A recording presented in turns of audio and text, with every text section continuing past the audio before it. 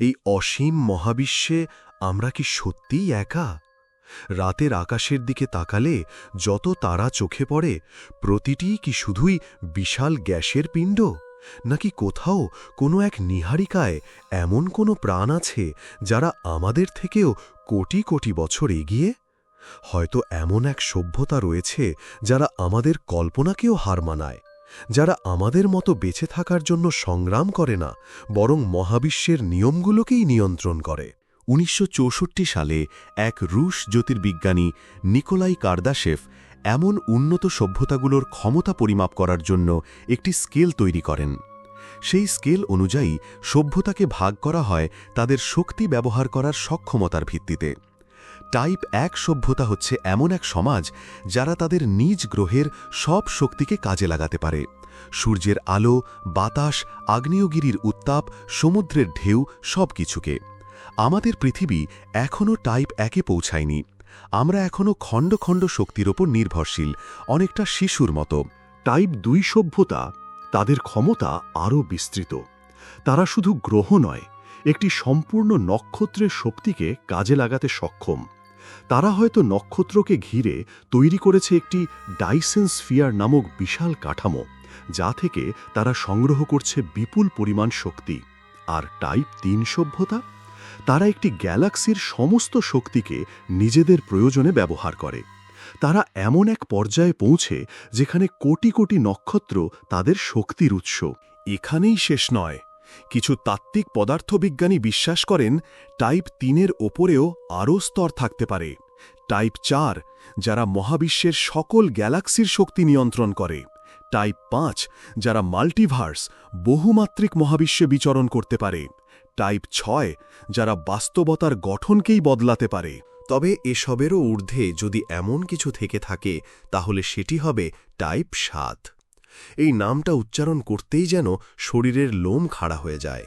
কারণ টাইপ ৭ সভ্যতা কেবল শক্তির ব্যবহারেই সীমাবদ্ধ নয়। তারা এমন স্তরে পৌঁছে গেছে যেখানে মহাবিশ্বের জন্ম, মৃত্যু, বাস্তবতা, সময় সবই তাদের নিয়ন্ত্রণাধীন। তারা হয়তো এমন শক্তির অধিকারী যা এক মুহূর্তেই একটি গ্যালাক্সিকে নির্মাণ বা ধ্বংস করতে পারে।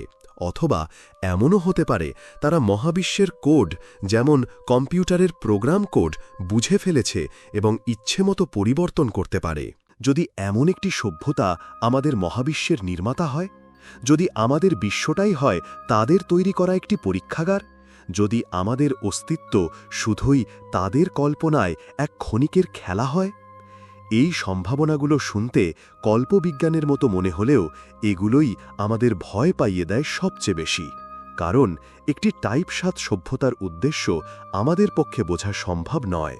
যেমন একটা পিঁপড়ার পক্ষে বোঝা সম্ভব নয় কেন মানুষ তার বাসার ওপর দিয়ে হেঁটে গেল, তেমনি আমাদের পক্ষে বোঝা অসম্ভব কেন তারা কোনো কিছু করছে।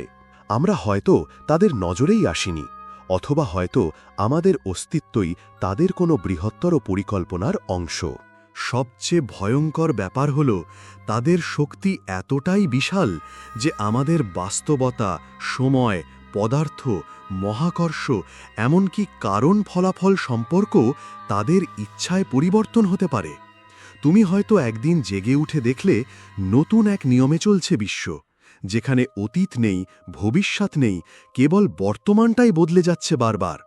কিভাবে বুঝবে যে সেটা সত্যি নাকি তাদের বানানো কোনো সিমুলেশন? এমনকি যদি তারা আমাদের প্রতি বিরূপ মনোভাব পোষণ করে, তবে আমাদের কোনো রকম প্রতিরোধ করার ক্ষমতা নেই। আমাদের অস্ত্র, প্রযুক্তি, বিজ্ঞানের কোনো দিকই তাদের চোখে হয়তো গুরুত্বহীন।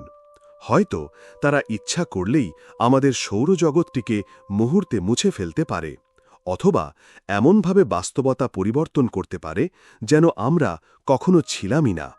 তবে একটা প্রশ্ন থেকেই যায়, তারা যদি এতটাই শক্তিশালী, তাহলে তারা নিজেদের দেখায় না কেন, যোগাযোগ করে না কেন?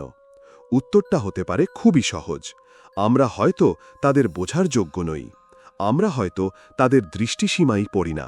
যেমন আমরা খেয়াল করি না আমাদের পায়ের নিচের এক টুকরো মাটিতে কত লক্ষ কোটি জীবাণু বাস করছে, তেমনি তারাও আমাদের খেয়াল করে না।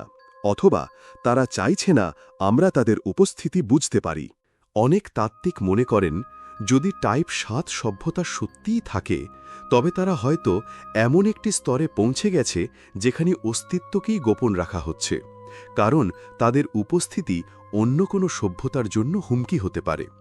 তারা হয়তো এমন এক পরিপক্কতায় পৌঁছেছে যেখানে শক্তির ব্যবহার নয়, বরং শক্তিকে নিয়ন্ত্রণ থেকে বিরত থাকাই সবচেয়ে উন্নত কাজ। কিংবা এমনও হতে পারে যে মহাবিশ্বে কিছু অলঙ্ঘনীয় নিয়ম রয়েছে যা টাইপ 7 স্তরের সভ্যতা হতে দেয় না, বা হলেও তা অতি অল্প সময়ের জন্য টিকে থাকে। যেমন মহাবিশ্ব নিজেই হয়তো নিজের ভারসাম্য রক্ষা করতে চায় এবং কোনো অতিরিক্ত শক্তিশালী অস্তিত্বকে ধ্বংস করে দেয়। এই সকল ভাবনার মধ্যে দিয়ে হাঁটতে হাঁটতে আমরা একটা ব্যাপার উপলব্ধি করি, আমাদের বোঝার সীমা কতটা ছোট। আমরা এখনও পৃথিবীর বাইরে স্থায়ীভাবে বাস করার মতো প্রযুক্তিও গড়ে তুলিনি, অথচ চিন্তা করছি এমন এক অস্তিত্বের ব্যাপারে যাদের কাছে সময়ও বাকিয়ে ফেলা যায়।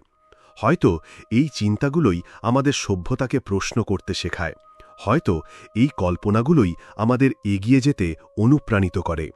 টাইপ 7 হয়তো কেবলই একটি ধারণা, হয়তো বাস্তবে এমন কিছু নেই, কিন্তু এই ধারণা আমাদের শেখায় আমরা কতটা ক্ষুদ্র, কতটা অজানা আর কতটা বিস্ময় ভরা এক মহাবিশ্বের মধ্যে আমরা বাস করছি। হয়তো একদিন আমরা টাইপ 1 হব, তারপর টাইপ 2, তারপর 3, কিন্তু সেই দিন পর্যন্ত টাইপ 7 হবে আমাদের ভয়, বিস্ময় এবং অনুপ্রেরণার উৎস, একটি নামহীন সত্তা যারা সময়, মহাবিশ্ব এবং বাস্তবতার ঈশ্বর।